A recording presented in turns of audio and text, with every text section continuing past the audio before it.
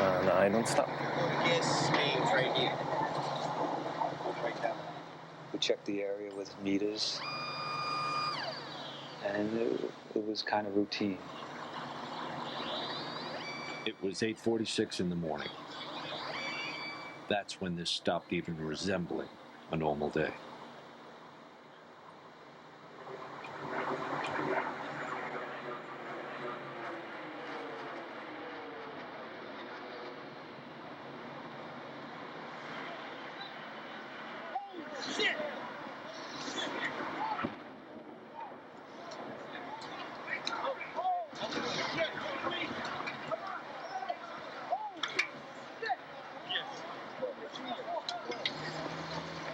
Right then and there, I knew that this was going to be the worst day of my life as a firefighter.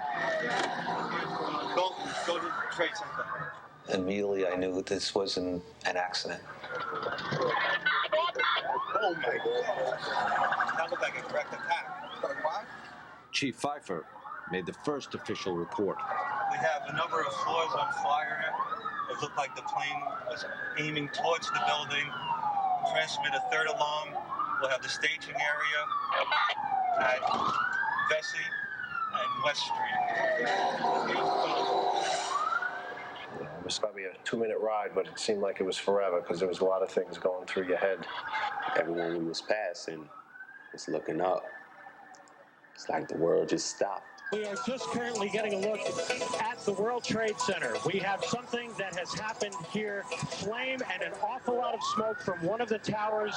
Whatever has occurred has just occurred within minutes, and we are trying to determine exactly what that is. You want me right in here? Go right front.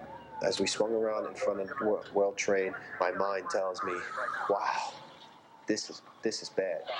What do we do? Like, what do we do for this?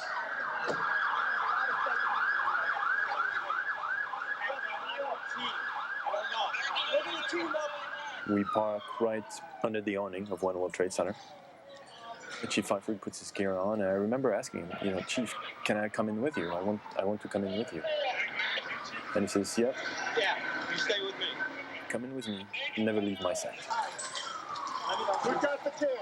I go in, and I hear screams, and right to my right, there was 2 people on fire, burning.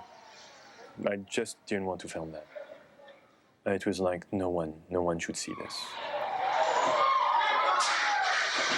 Pfeiffer was the first chief into the building.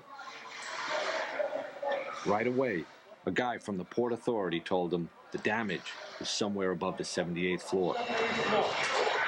But all you had to do was look around. It was obvious. Something had happened right there in the lobby. You just saw that all the windows were blown out. The lobby looked like the plane hit the lobby. Later, they'd figure out that flaming jet fuel had shot straight down the elevator shaft. All of this damage was done already. People was all over the place.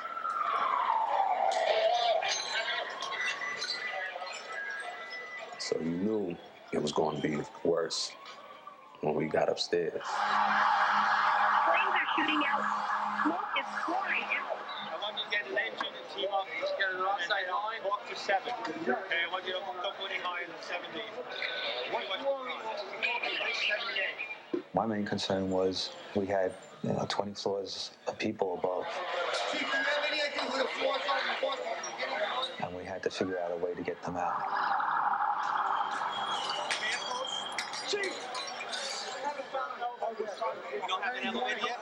As it turned out, we had no usable elevators. With the elevators out, there was only one way to get up there. Walk. Companies come in. You see them with a concerned look on their face. And they're sent up.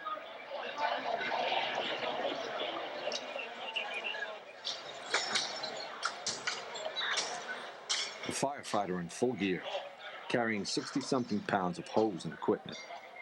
Takes about a minute to climb one flight of stairs. These guys were looking at 80 stories just to get there. Then they'd start working.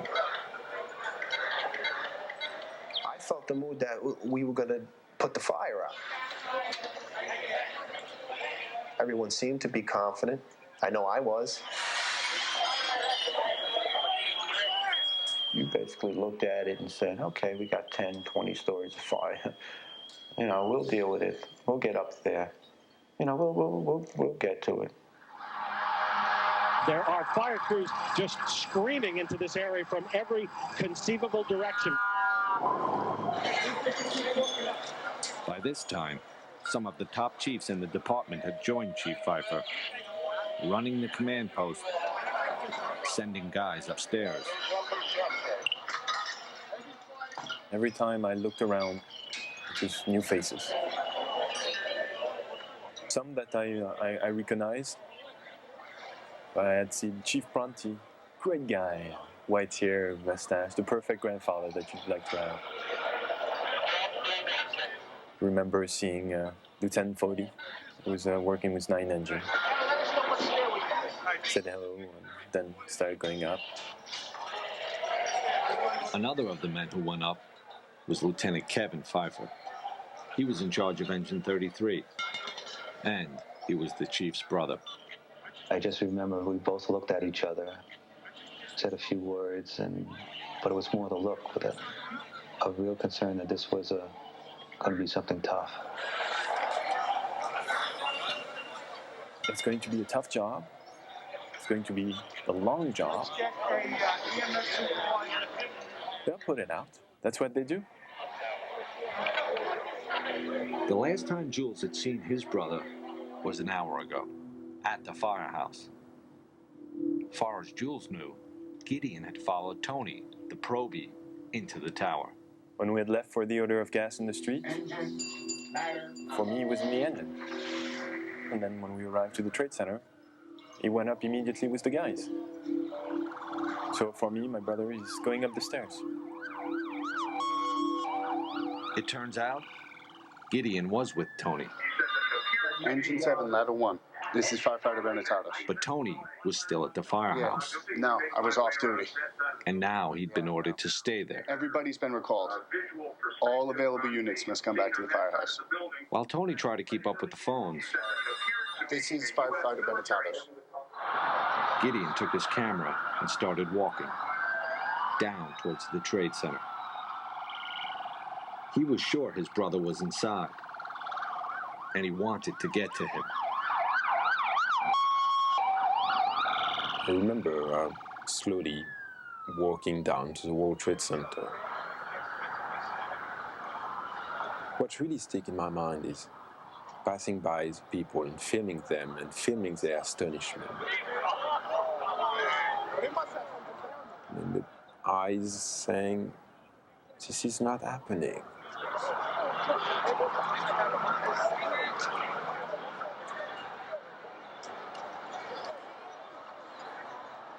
I remember tilting the camera back and forth between the people and the tower in front of me.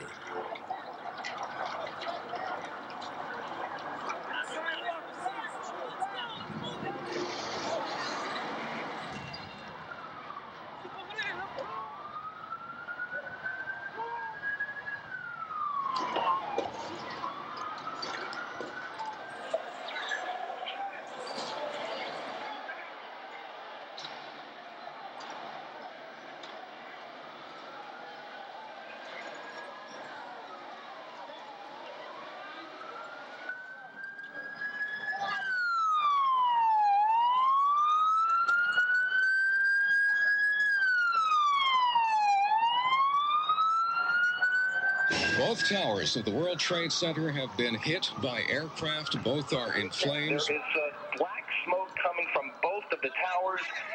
It's a horrific scene here. There's debris flying through the air. Mayday. There were 2 planes. I saw the second one hit. It hit the other tower.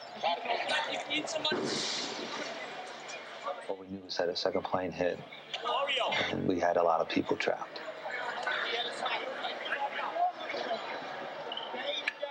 Stay together. We know what's going on. It's going to have to walk in. One way to go. Second plane is going to motherfuckers. All right. Now the Chiefs would have to set up a whole other operation over in Tower 2. Wait, no, I'm going to send him up. I got no chief up there.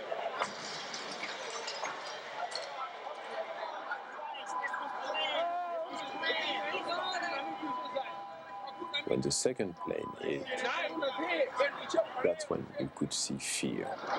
Both of them are on fire. You could see it in everybody's eyes.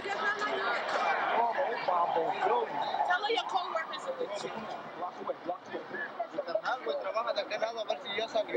There were people from all over the world in these streets. Different colors, different languages. On those few blocks between the firehouse and the World Trade Center, the entire world was there. There's two aircraft. Two aircraft. The first one on one World Trade Center. The second one just happened. And they were all looking at the same thing and talking about the same thing and reacting the same way. You saw a plane going? A plane went straight into the building right there. We are boom in the house. What are those people going to do? On the second one? All the elevators are blocked out. Well, the staircases must still be, right?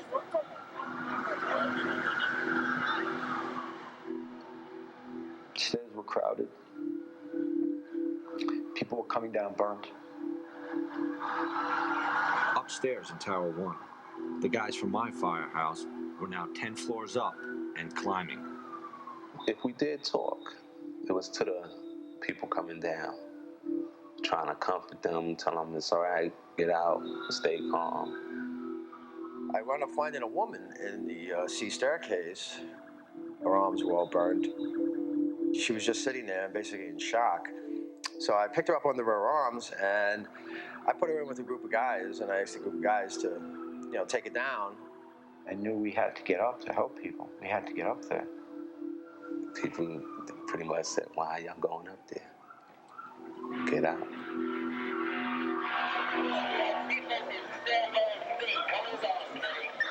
Their concern was to get everybody out.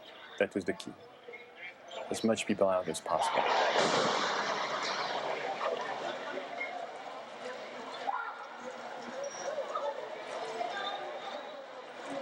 Most of the people in Tower 1 came out on the mezzanine above the lobby. Then they'd get out through another building. All right, I want to use the lobby of 7 as a 3-act. The Chiefs didn't want anyone going through the lobby doors. First, it was because debris was falling outside. Then, it was people falling. You don't see it, but you know where it is. What's that? And you know that every time you hear that crashing sound, it's a life which is extinguished. It's not something you could get used to. And the sound was so loud.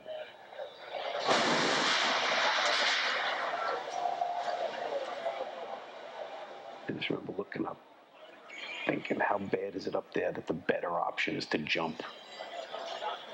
The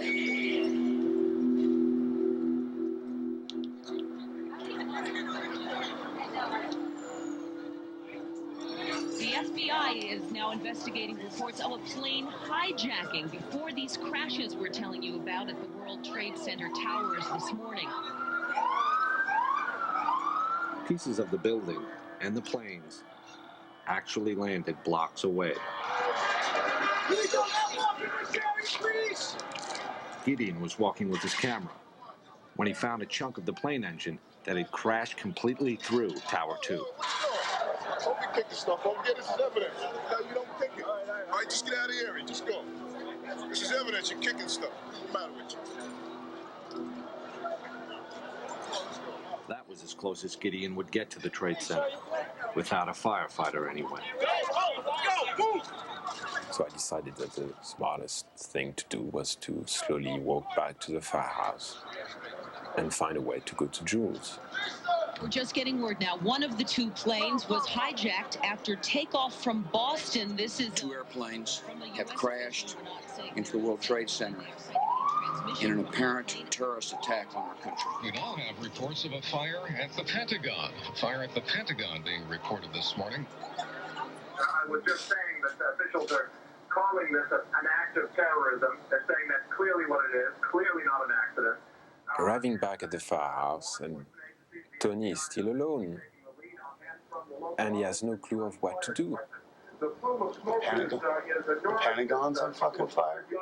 War. This is war. And just by listening to him, freaking out and swearing and behaving like I've never seen him behaving, Tony was expressing what we all felt. At that point, I saw the fireman in him taking over. I can't believe the fucking Pentagon. Somebody has balls.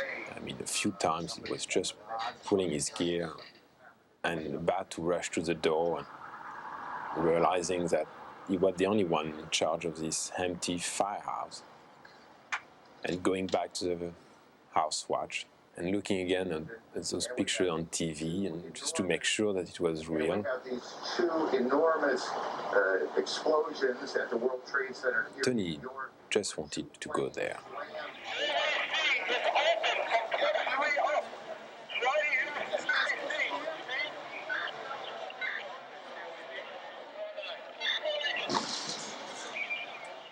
In the lobby, the chiefs were trying to run the largest rescue operation any of them had ever seen. With next to no information coming in from outside. You got a phone that's working? I think the entire world knew more than we did. Everybody had seen the attacks. Everybody had seen the tower burning. À New York, un avion s'est encastré dans une des deux Had seen the Pentagon. For us, we didn't have a clue of what was going on outside our lobby.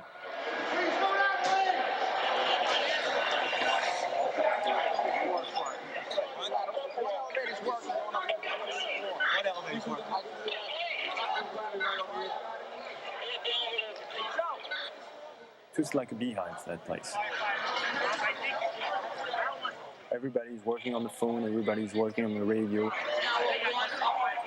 Everybody's getting information, sending guys up, getting reports.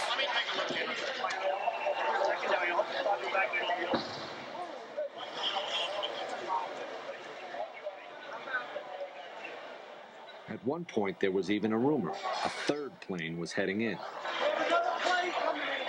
You got to remember, at that moment, anything seemed possible. Other than NYPD, Port Authority, police, and the military. And I need that done now. Another fucking plane. Many people out of the building, let it burn up. We got a lot of people with us, so we got to get these people out. That's the priority. On top of everything else, just talking to the guys in the stairwells was tough. Fort David to Battalion 7. The tower's internal communication setup had been knocked out by the crash. That left fire department radios. Suddenly, you have hundreds and hundreds of firefighters that have radios.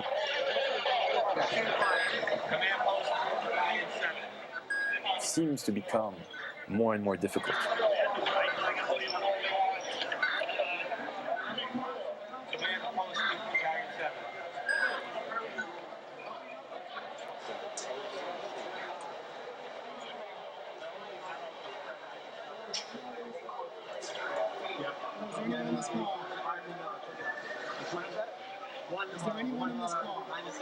There's one guy from the WTC who was trying frantically to reach anyone on the elevators.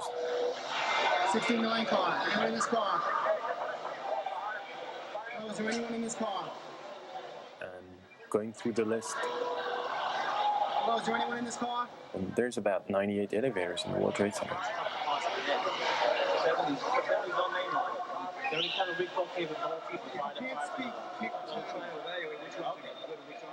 In the middle of all this, suddenly an elevator opens up. And you see people.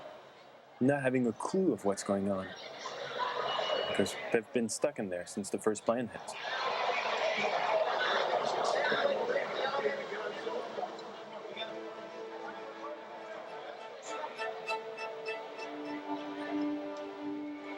I was seeing the look on the firefighters.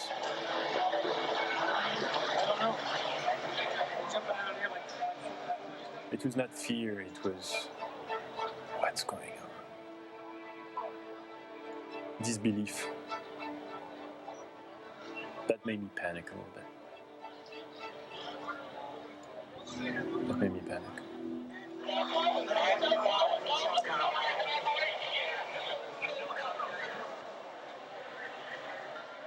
It was the first time I had seen Father Judge, the chaplain, as he's called. He was in the lobby with us, and I could tell that he was praying. You know, Father Judge, he would at least make eye contact with you and kind of give you a reassuring look. That wasn't occurring, almost like he knew that this was not good.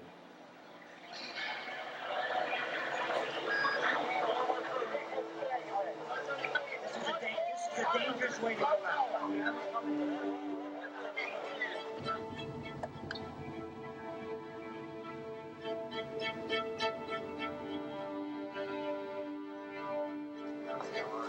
Back at the firehouse, What's up? off-duty guys were starting to show up. You know, we're just waiting right now. What's that? We're just waiting right now. Tony was, he just had one thing in his mind. This is bad. To go there. And he couldn't. 2 alarms right away. And that's when Chief Burns arrived. I need a cup of coffee. Larry Burns joined the fire department in 1957. Retired a battalion chief 3 years ago. I couldn't wait. I had to get down there. Because you know what? They're my firefighters. It's my building. It's my city. Leave your gear all together, get a flashlight, and a bottle of water. Okay. Told the Proby, get your gear, let's go. I remember Tony asking me to bring him some gloves, medical gloves. Grab a box of gloves. Go grab a box of gloves. And by the time I found them and rushed back, they were gone. The Proby and the retired chief were lost in the crowd, headed down to the Trade Center. I think at that point, the lobby was pretty empty. There were just a few of us in the lobby, and we were discussing tactics. This is Tower 1. This is Tower 1. Put a big 1 here. Some of the outlying companies didn't know what Tower 1 was and Tower 2. So we were just trying to help them out by writing it on the desk to make it obvious to people. It was just before 10 o'clock. A little over an hour since the first plane hit. Firefighters from all over the city were inside those towers. Hundreds of them. You remember I'm filming Chief Pfeiffer, and he's on the radio.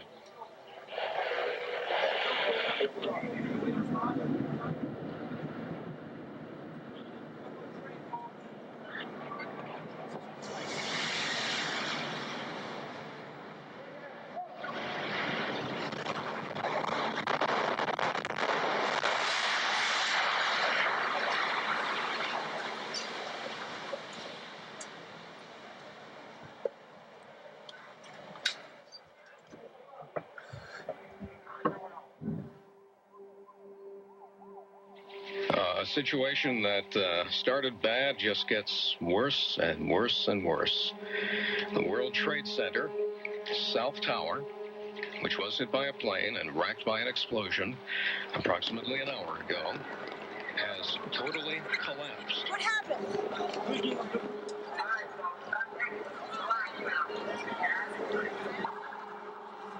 If you're just joining us this morning, you're in for a horrific surprise. Scene here is just one right out of one of those movies you would see in Hollywood. People walking around with cell phones and tears, holding their heads, looking up at what's left of the World Trade Center and just shaking their heads in disbelief. Out on the street, everyone knew what just happened. The South Tower was gone. They saw it collapse and ran.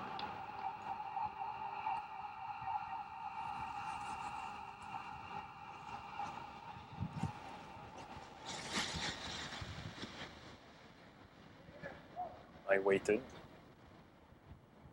Time slowed down and everything became pitch black. Everybody all right? Yeah, I'm okay. How's the way out of here? And then realized, okay, I'm not dead. Yeah, right here. So let's turn on my floodlight on top of my camera. All right, come on down this way. Yeah, let's get out the way we came in. Okay,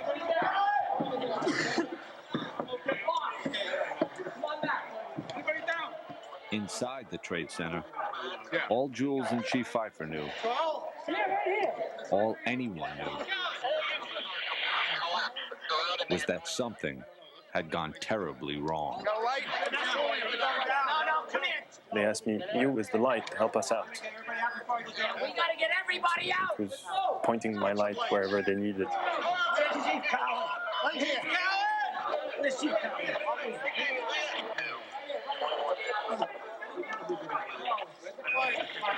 I remember seeing Chief Pfeiffer. Command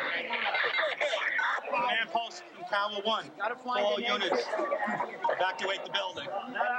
Command post to all units. He gave it right away, very calm, didn't wait. And it was, for him, it was a precaution. It was, okay, something wrong is happening.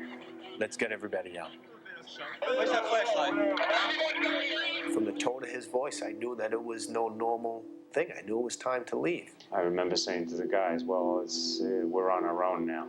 And for the first time, I looked in someone else's eyes and saw fear. Which you don't see with the firemen. We orderly evacuated. It was such a long walk, 21, 17, 16, 15, 14, 13. I was going down the stairs. I can remember a fireman resting on the landing and telling them, we've heard a mayday, get out of the building. I don't think a lot of them, I know for a fact, did not take it serious. Sarge? What? Hey, Pete! Come on, Pete! I was not even consciously filming. I was just had my camera by my side and pointing the light wherever they needed my light to actually help someone. And then I realized it was Father Judge. Hey, guys, here, we need a hand. We saw him lying at the base of the escalator where we were. And I removed his white collar and I opened up his shirt. And I remember checking for his pulse and realizing at that time he was gone.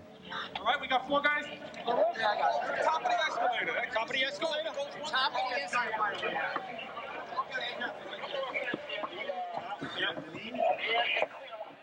After that, we had to figure out how to get out of where we were.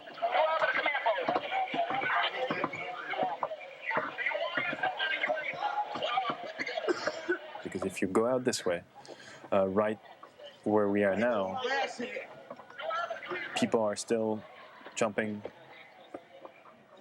debris still falling, and it's too dangerous. You cannot go out this way. At the World Trade Center, we took a hit on that last explosion. Which way?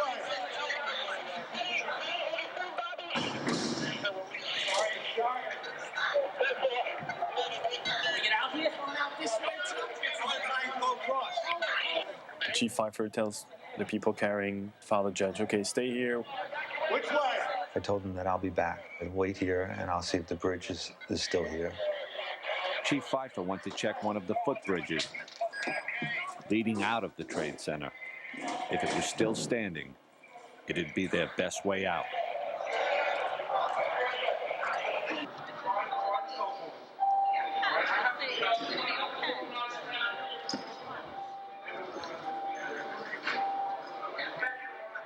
Did you hear what happened with the other tower?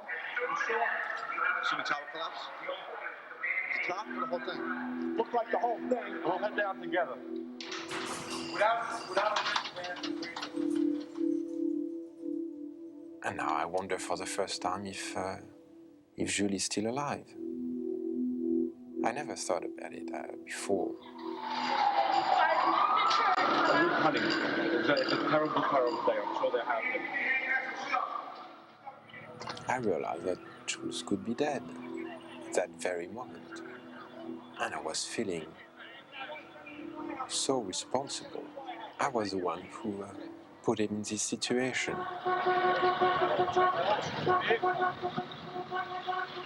had to find Jules.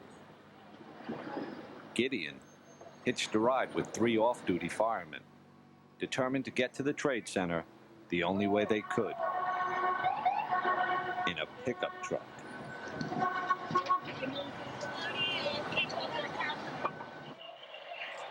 You shouldn't have even come in here, man.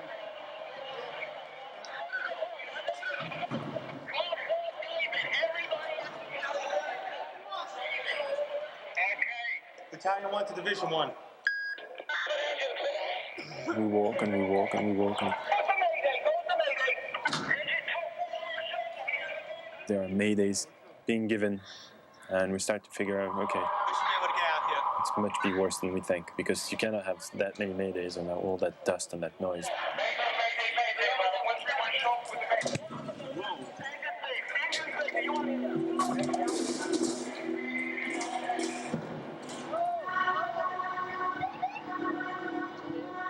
That's when I felt the danger for the first time.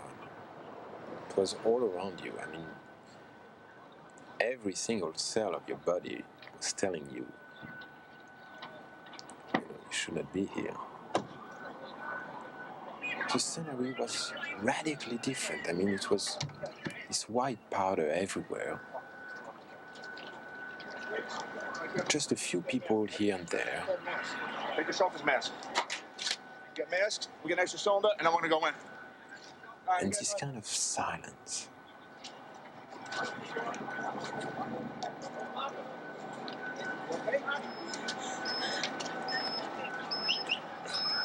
You have ambulances straight down.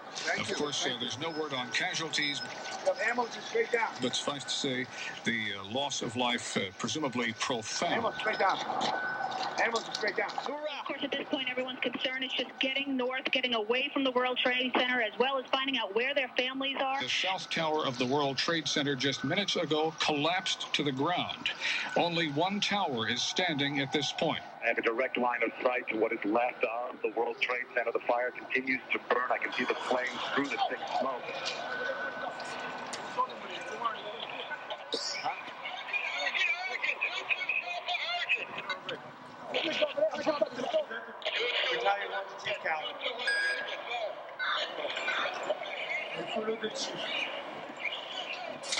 By this time, Chief Pfeiffer had found a safe exit and tried to radio the men in the lobby. No answer. So we walked across the bridge back towards the Trade Center. I'm still trying to call on the radio and not getting through.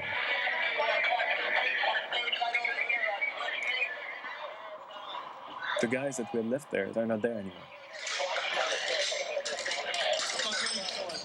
They had already gone out another way, carrying the body of Father Michael Judge down the street to St. Peter's Church. They laid his body on the altar. Father Mike's death certificate is number 00001, the first official casualty of the attacks.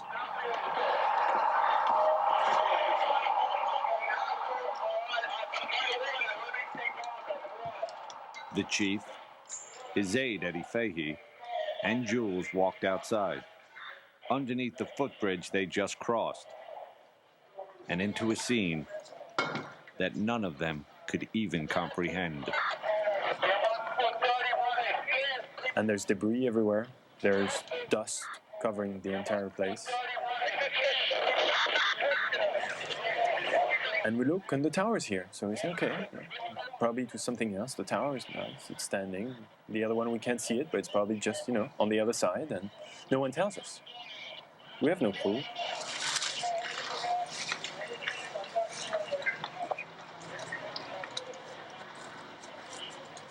So we walk north.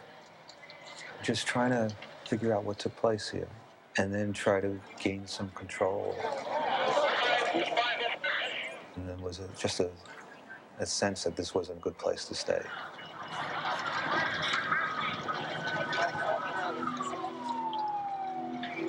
Chief Pfeiffer's priority was to set up a new command post and find his men. Right now, they were coming down the stairs. At some point, I started to run. I don't even know if I was touching stairs on my way down. When I got about to 3 or 2 is when I started to think of my family, So I got to get out of here. When we reached the lobby, I joked about it. I said the command post was abandoned. The board was set up and nobody was there. I said, oh, this is not a good sign.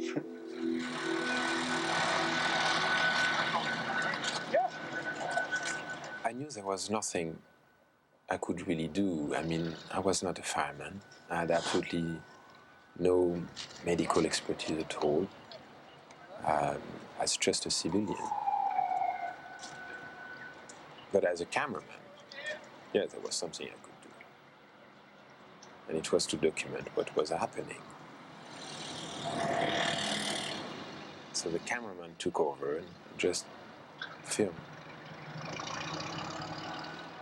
Gideon had made his way as close to the tower as he could.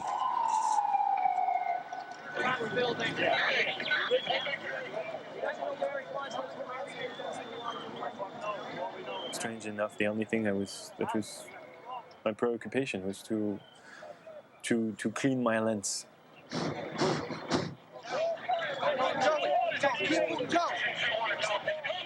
Jules was with Chief Pfeiffer, who was plotting his next move.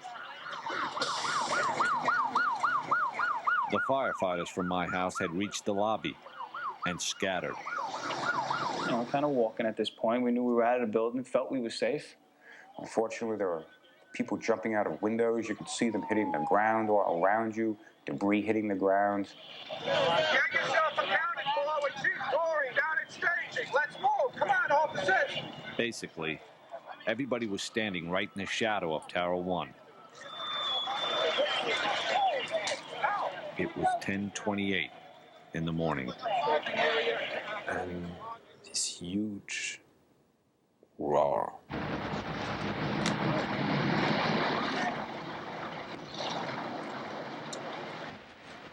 And I don't even have time to think at that point. I just run.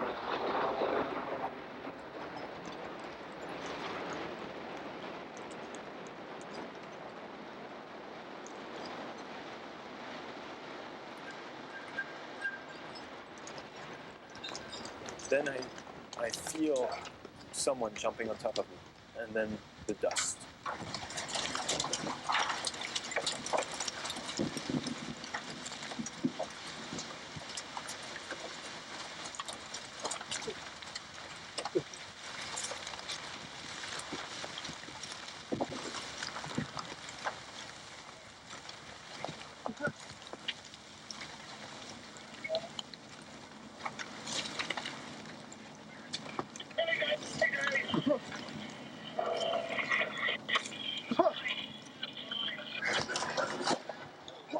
At that point, I realized that I was going to die. We need help. And the only thing I could think about was Jules. And I remember telling myself that if I would survive that, I would be a better brother.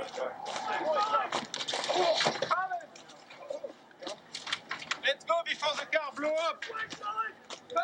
This way. And it's dead silence. It's nothing. No radio calls, no sound, nothing.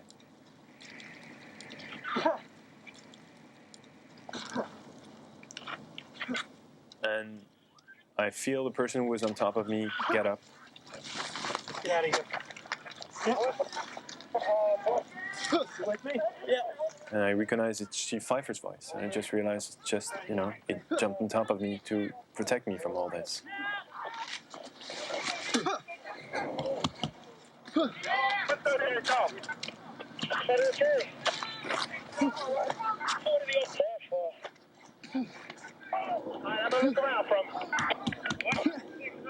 Chief Pfeiffer said, okay, let's go now. And we get up. The dust starts to clear because the wind was blowing in the opposite direction.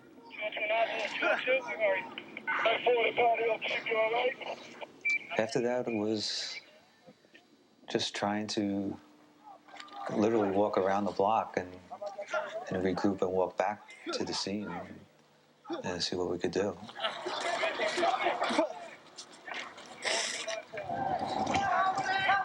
No! Closers! Shit. Do you have some water, something to drink? Thanks. Open your mouth, because I need the water too. No. Thanks. I had been in this street 3 times in the last hour. The first time it was full of people. The second time everybody was running away from it. And the third time, getting out of the last collapse, there was just nobody. And everything was white. Everything was covered by the dust.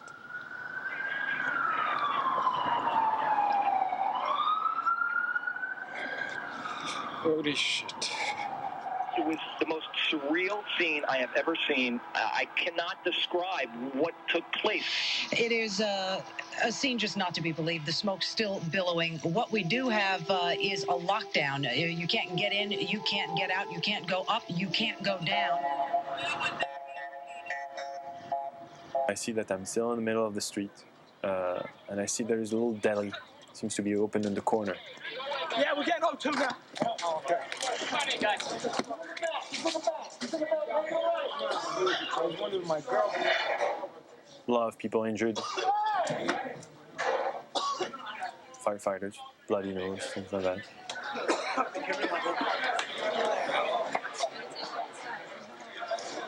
And then it hits me, but now where's my brother?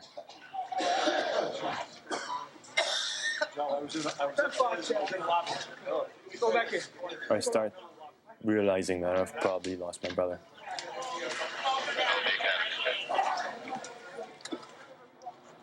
So I try to go back to the World Trade Center. I need to go find my brother. Where are the guys? I have no idea. I was with Chief Pfeiffer. And I'm in the middle of the street walking, and a cop approached me and says, who are you with? I'm with the chief of Battalion 1. Oh, you're Battalion 1? You got ID? I don't have ID. I have my letter from the commissioner. Take your letter and your camera and get out of here. All right? Go. So I go back up, walk north, not really knowing where I'm going. Police department? No, they're making a documentary on the fire department. Come on, this ain't fucking Disneyland. Let's go. And after a while, I said, there's nothing I can do here. I need to go back to the firehouse. Maybe they'll have some news, and maybe he's already back there. But at that point, I think he's dead. And it becomes too overwhelming.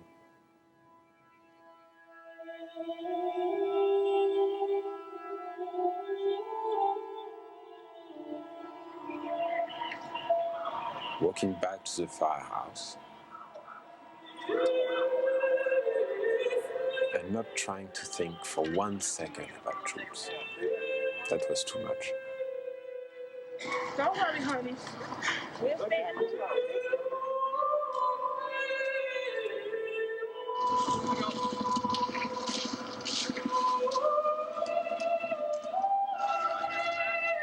Everyone's asking me, what happened? I said, I don't know. said, hell. Hell is what happened.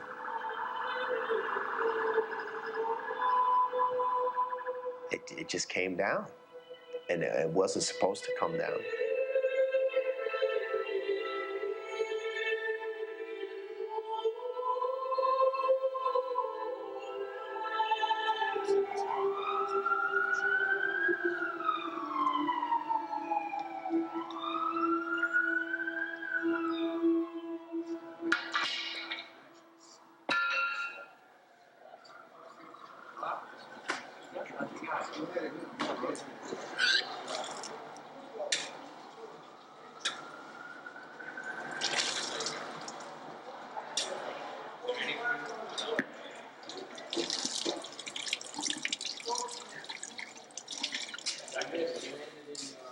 It's not easy being a survivor.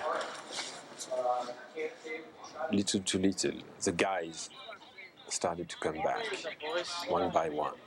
Can't explain why I'm here and there's so many dead. Very emotional. A lot of guys are crying. So many thoughts and emotions and... The way we lucked out, we were in one. Two fell first, and then they told us to get out. Two fell first? Two fell first. I can't figure this out. One didn't fall first. That's why they were getting us out. We got to call our loved ones, tell them we were okay. He was fucking sick. But we just got out. I got up 2 blocks, and I'm like, I'm still not far enough. I got to promise this thing. You know, you just needed to be with the guys, you know. I couldn't get back in. They put me up. I was never so glad to see firemen in my life. It was a great thing to know that people were surviving this. I thought you guys were dead. Not the only one. I thought I was dead. That was the scariest thing when I came out. I was like, oh my God, am I glad to see you. We were the lucky ones. I don't think it's luck. I mean, it's a miracle that we're here. Miracle isn't a word you hear much from firefighters, especially not on that day. But what else could you call it? One guy after another was making it back. Safe. Down here looking. I got thrown into 2 ambulances. We bolted, we ran. I can't believe we all made it out. How did we make it out of that building? 30 seconds.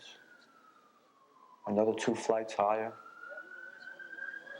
Again, the cameraman would just film them coming back and asking them if they had seen Jules.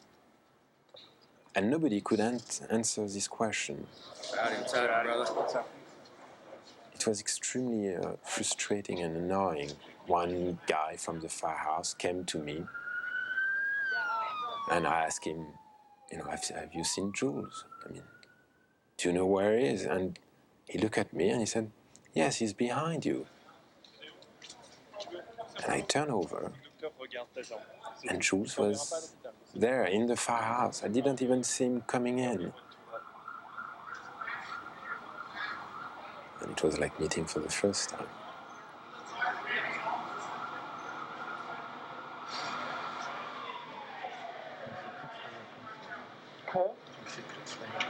Écoutez-moi, moi j'étais en vie, je savais pas si tu étais dans le camion, mais je les voyais pas.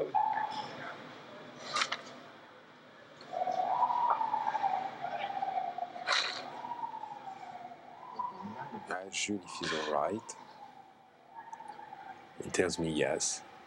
He tells me that he was all that time in the lobby.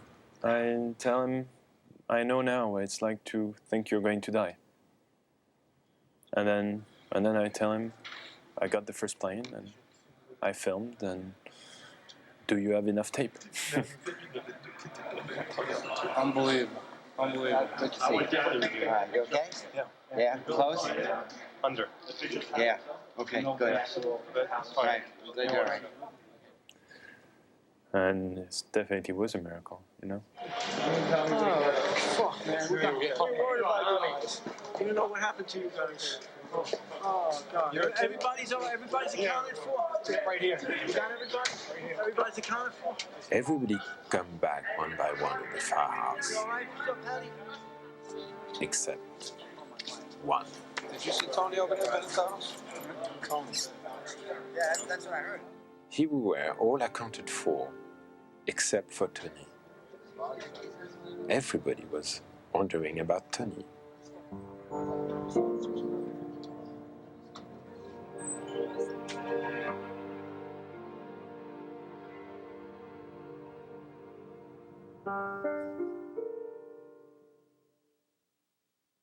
(9/11), presented by Nextel.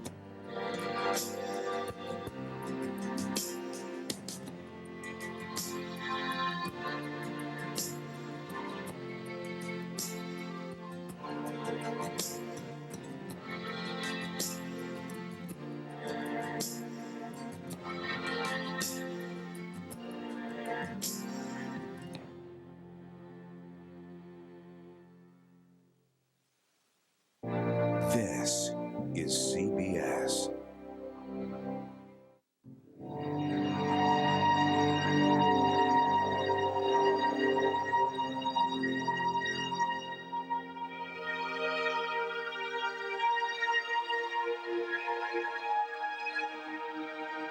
There is not anything recognizable of what were the two trade towers, nothing standing out from those clouds of dust at this time.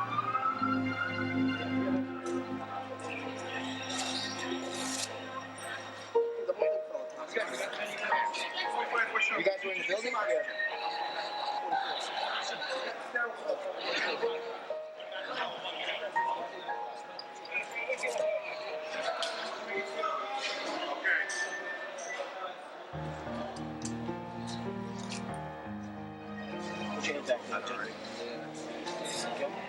Yeah.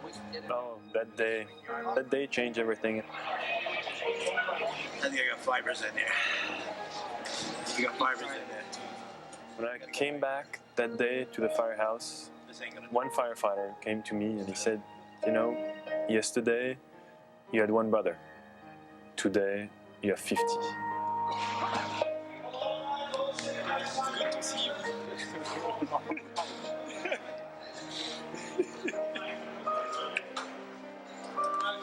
It's hard to even describe the emotions in the firehouse that day.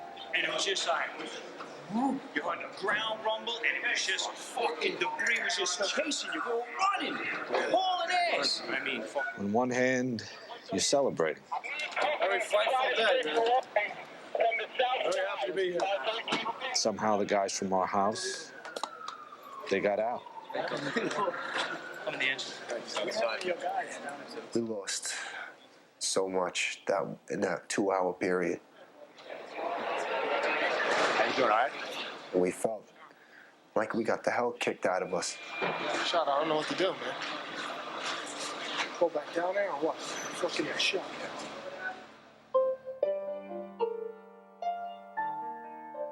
At the same time, we knew hundreds of firefighters, thousands of people had to have died in those towers. And every hour that passed, we were more certain Tony Benetatos was one of them. Hey guys, Deputy Chief Hill called. 1st Division, he doesn't want anybody else down here right now. Everybody was wondering about Tony. James just put his gear and went by himself to look for Tony. I'd come in from home, and yeah, we were ordered to stay at the firehouse. But the truth is, the guys had to go back. Had to start digging for survivors.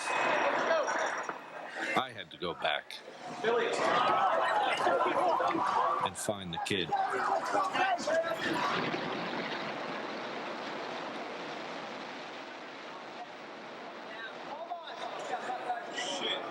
It's gone, man. 17 down? I got down there just as 7 World Trade finally collapsed. Hey Rick, they've been going live with you the whole time. No sign of Tony anywhere.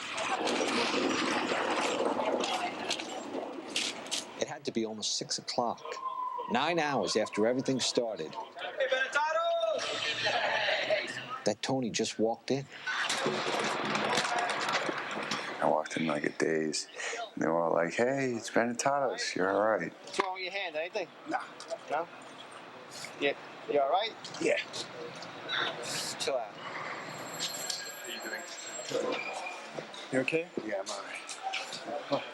What happened on your end? I was in the building. Were you? Is everyone from the house?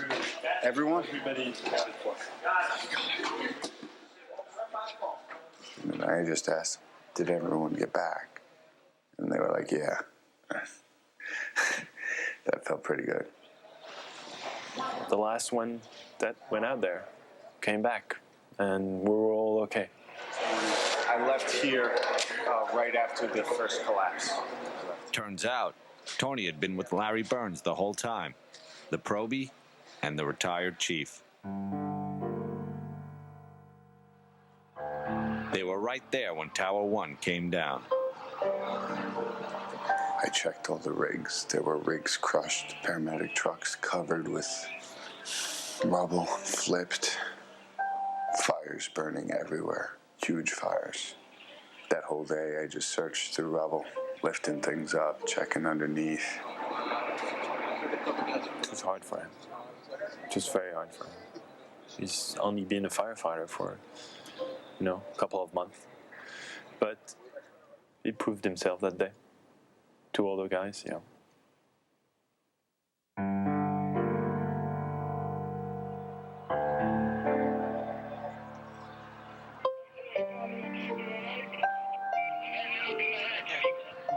There was so much that we didn't know about that first day.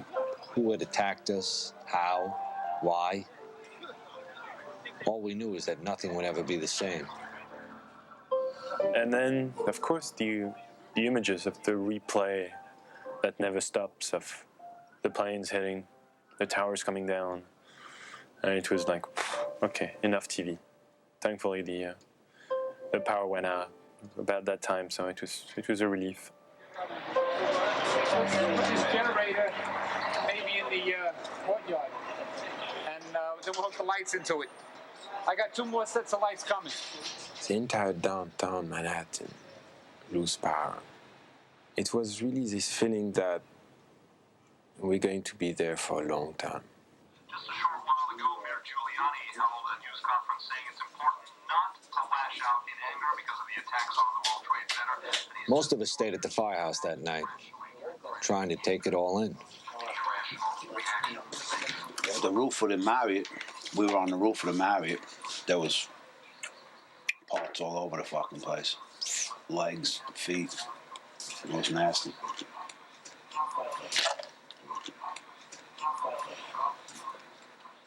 You all right, brother? Yeah, I'm all right. One of the things that sticks with me more than everything I saw is I sat down next to Ted. He looked real bad. I said, Tony, man, it was raining bodies. The way he said it, man, the man had been through hell. Good evening. Today, our fellow citizens, our way of life, our very freedom came under attack in a series of deliberate and deadly terrorist acts. It's a very depressed, dismal, miserable mood. Secretaries, businessmen and women, military. Hundreds of your firemen, thousands of civilians are gone. As quickly as you blow out a match, they're gone. Flip a switch, they're gone. That's it. These buildings came down. Gone.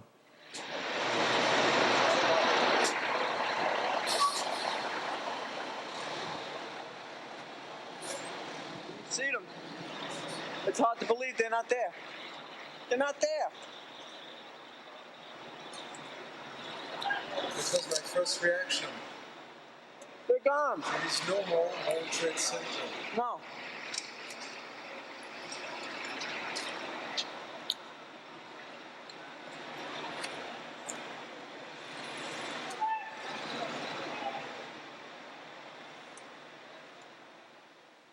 It did happen, right? It's not something that I'm going to close my eyes and open them again and I'm going to see the tower, right? It's not there.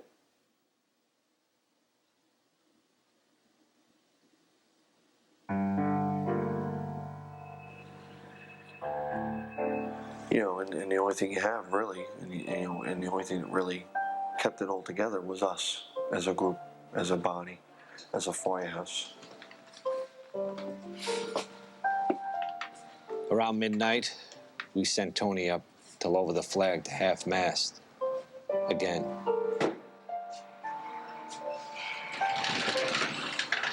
There's going to be a lot of pain to deal with in the future. I have a pretty good friend who was in my academy class in my squad, who's among the missing. A lot of guys, we all lost friends and family. I don't want to ever have to put that thing at half-mast again for the rest of my career. That's it.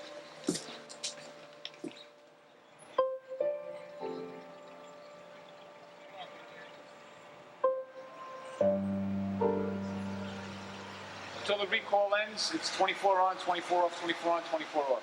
We got word that we'd start digging in the morning. Some of the guys with wives and kids went home, just for a few hours. They knew it might be days before they'd see their families again.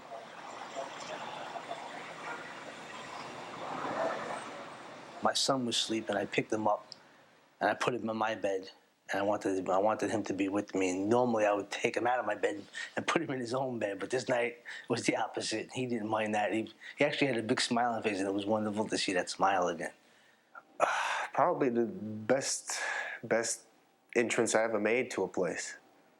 And the kids came out, and we just kind of all cried in one big hug. And it was... We just cried.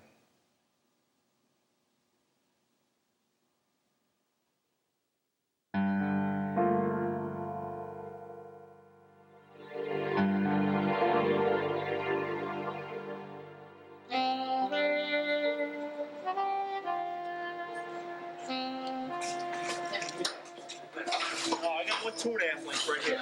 Get a couple more guys down here. We'll set up a whole line. Okay, you climb up there. Keep the 3.5 in the middle so we can... Came back to the firehouse the next day. I couldn't wait to get back, actually, because I wanted to get down there. I figured, well, we're going to have plenty of people that are going to be trapped, for sure. We're going to get them out. We always do.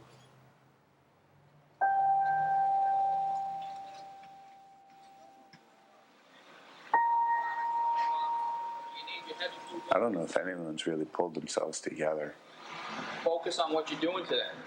It'll be time enough in a couple of weeks to really take in what happened to our guys. But today, you must focus on what you're doing.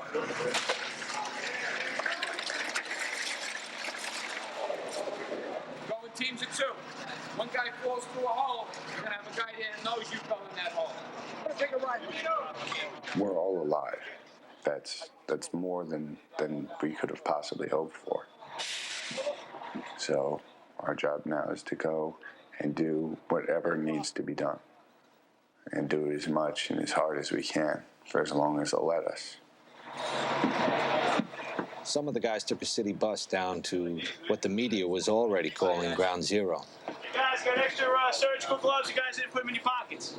Some firemen called it the pile. For us, it was still the trade center, even if it was gone. Hey guys, if you hear 3 horns, that means something might be coming down. So keep your eyes open when you're walking around down there.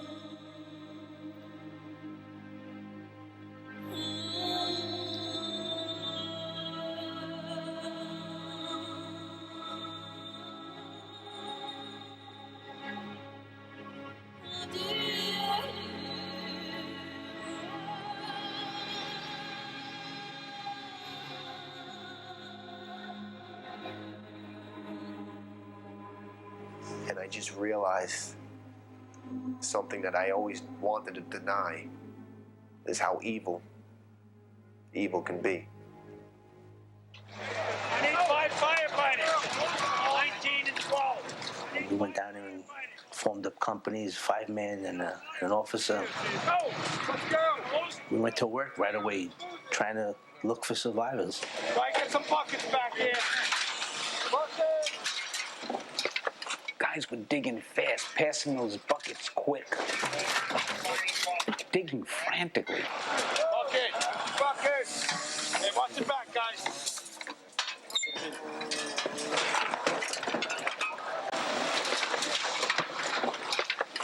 We'd be digging, and all of a sudden everybody would say, quiet.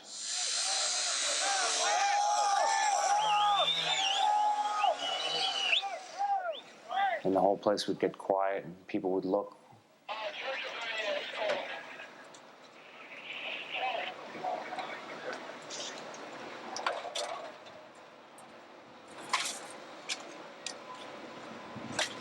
Hello?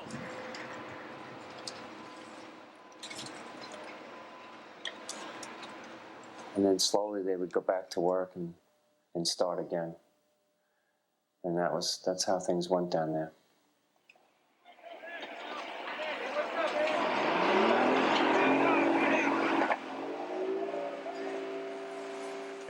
The first time I went there, I was like, you know, gateway to hell. Technically, Jules and Gideon shouldn't have been anywhere near that site.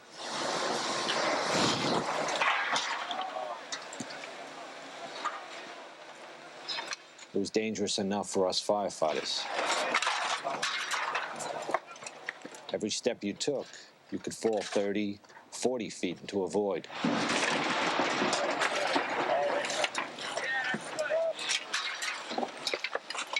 We'd clear what we could by hand, and the iron workers would come in, cut the steel beams, and lift them out. Then we'd just start digging again.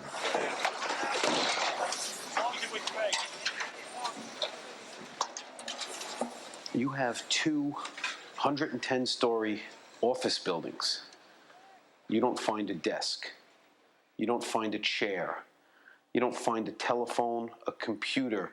The biggest piece of a telephone I found was half of the keypad, and it was about this big. The building collapsed to dust. How are we supposed to find anybody in this, that there's nothing left of the building? You find a little spot, and you just keep going and digging, and trying to find something. And you find a foot, and then they said the building's gonna collapse, and you run away. Go, go, go!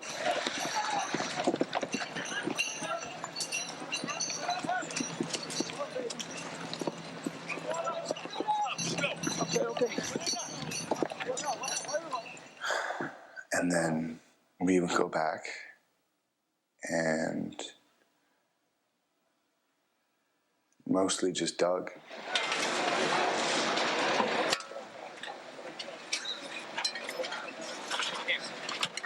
We found a body. It was a girl. She was dead. She was definitely dead. All her clothes had been burned off her. She looked to be pregnant. Some people thought maybe she was just bloated, but I don't think so. She was encased in rubble. And we had her about halfway uncovered. We had getting the body bag ready, and then they told us to run. And we ran. So I never got to see if they got her out. But would have felt good saying, all right, at least I got one person out. One family will be able to have a decent funeral.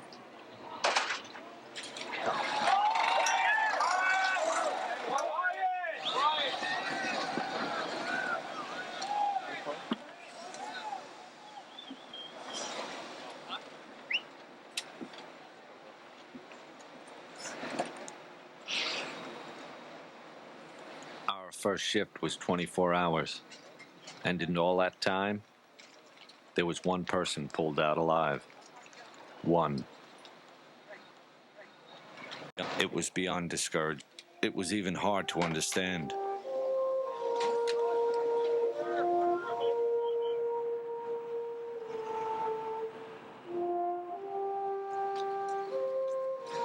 It was weird in a way.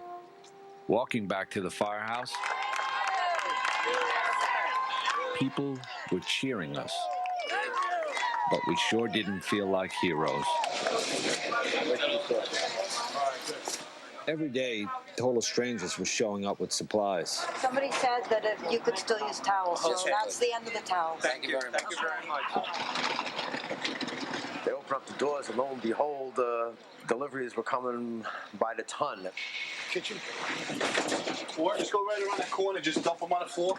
You can't eat all the cookies they're giving you. No. I know it's early in the operation here, but I just wanted to thank everyone for all the hard work that they've been doing. How we're here, only God knows. But again, guys, thank you so much. I really have no idea how much love I have. Check the lockers, bro. Check the lockers. All the lockers. Take whatever. It's something special. You know, when guys are relentless, and just going back and forth. Guys with nails in their hand, taping it up, gashes, blood everywhere, just taping it up and saying, let's go back, let's see what we can do to make this situation a little better.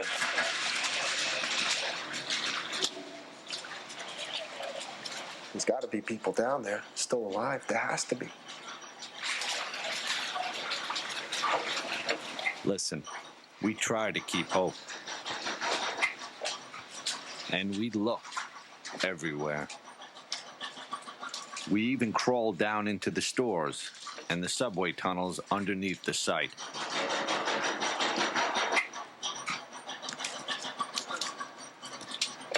But as days turned into weeks, you began to accept. There just wasn't anybody to find. But we never stopped looking. Hey, Chief. Yes, sir. We had another body over here. Firemen deal with ugly things every day. It's part of the job. But this was worse. You have that body back? Day after day, it pushed guys to their limit, maybe past it.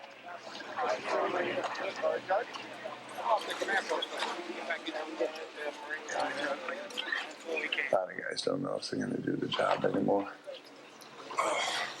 I know it's either this or the Army now. And I like saving lives. I don't like taking them. But after what I saw, if my country decides to send me to go kill, I'll do it now. Every night around dinner time, the fire department would put out a list of firefighters confirmed dead. And every night, that list got longer. It is with regret that the department announces the deaths of the following members. Battalion Chief John P. Williamson. Firefighter William Henry. Firefighter Eric T. Allen. Firefighter Manuel Mojica. Firefighter Lawrence J. Virgilio. Firefighter Timothy Haskell. Firefighter Thomas P. Hannafin. Firefighter John A. Ventura. Firefighter John S.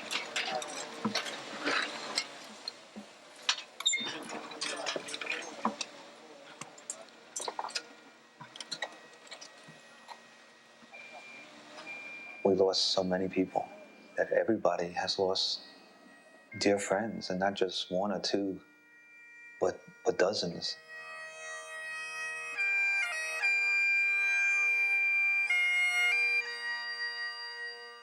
Most days there was a memorial service for some guy you knew. Some days 2 or 3, some days 4.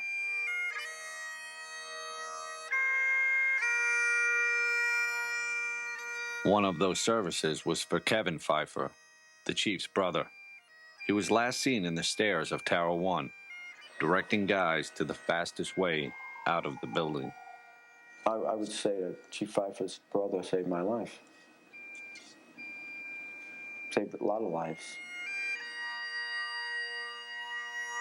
And I remember walking down West Street and just remembering saying, how much my brother and I used to love being downtown and doing this job. And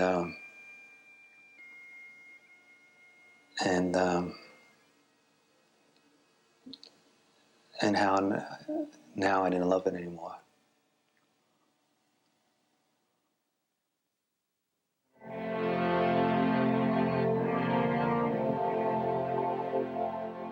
A few weeks passed, and we got new rigs. Well, used rigs, to replace Engine 7 and Ladder 1. They're still buried in there somewhere, under the pile.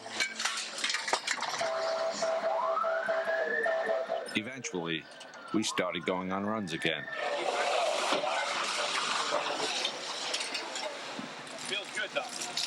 Playing pranks again, and trying our best to love the job again.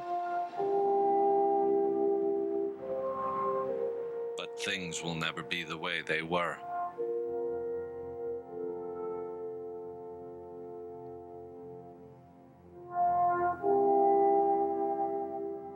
Every now and then still wonder, is it really true, you know? I know it happened, but I don't know. How do you deal with something like this? It's the 11th every day for me when I wake up. Do you want the new tape? As for Jules and Gideon, it's strange how things work out. In the beginning, they came to me and they said, let's make a documentary about a boy becoming a man during his 9-month probationary period. Turns out Tony became a man in about 9 hours, trying to help out on 9/11. You know how you can tell that? He's not bragging about it. Sent to Phil. We were the only ones on the ticket. It's sent to Phil 1075. Do I feel like it's given me more of a sense of self-worth? Yes. Has it made me a man? No. What's a man? You know, I'll still watch cartoons and do my stupid things. I'm just a person who tries to do good, just like every other person in the fire department. For the fire department, now it's about rebuilding. Somehow. At our firehouse, we've already got new probies to break in. You get one chance to make a first impression. 2 guys fresh out of the academy. It's strange to think they'll never know what it was like to be a New York City fireman before September 11th.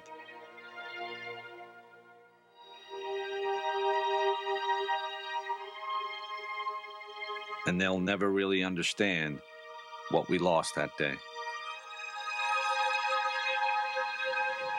All we can do is tell them the stories and show them the tape.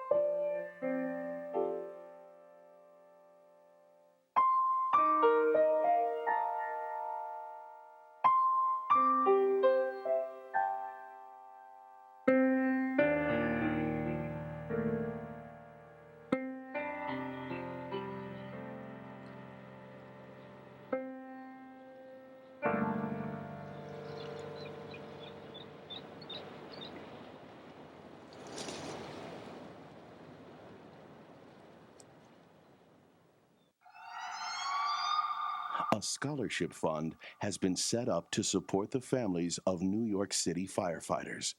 Your donation can help shape a future. 9/11, presented by Nextel.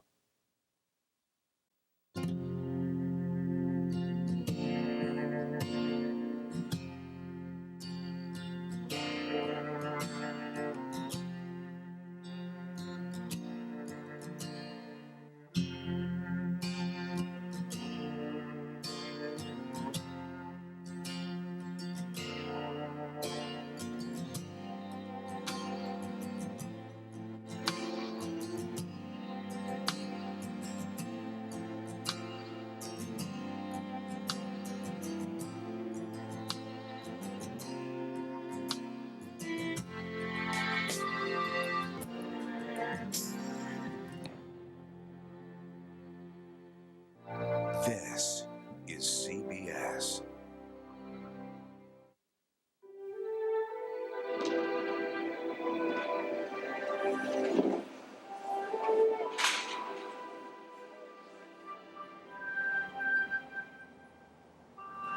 A year later, everything is dramatically different. Rescue workers spent 3 million hours digging, clearing, searching. They could have done it faster, but they wanted to take their time. The debris stretched 7 stories high and reached 8 stories underground. Fires burned for 3 months, and out of that hell, we were left with this. Hallowed ground. In the past year, this part of New York has changed. The world has changed, and so have the men of Engine 7, Ladder 1.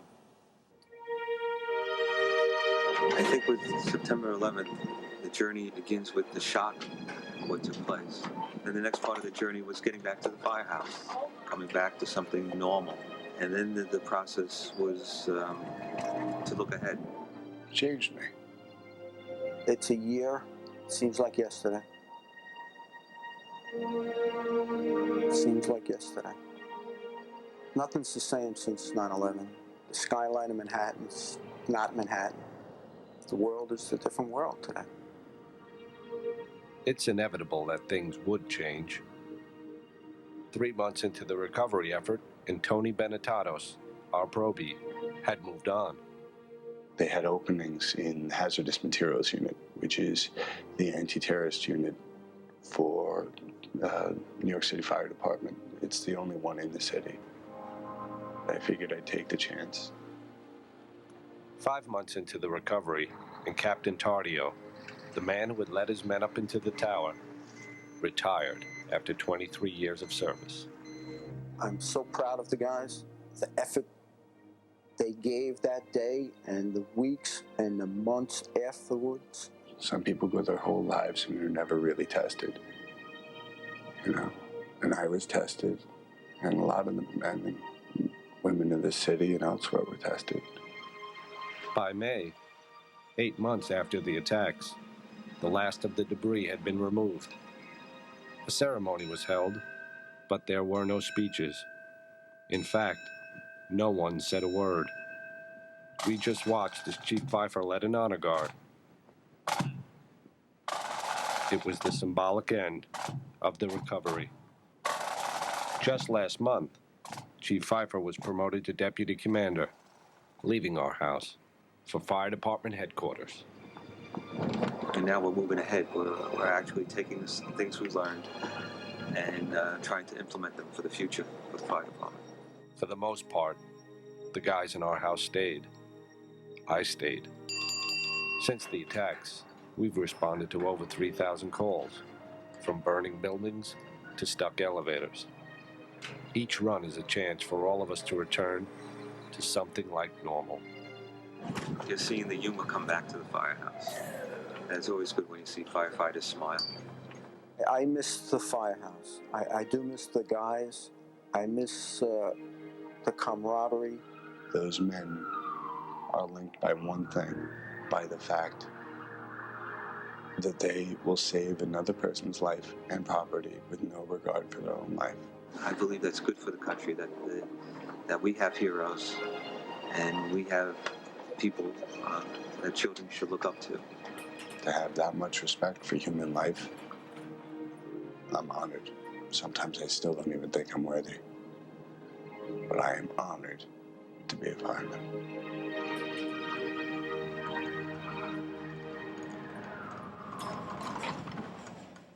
The men and women who worked here for so long can't forget what happened here on 9/11. No one can. But one day this area will be rebuilt.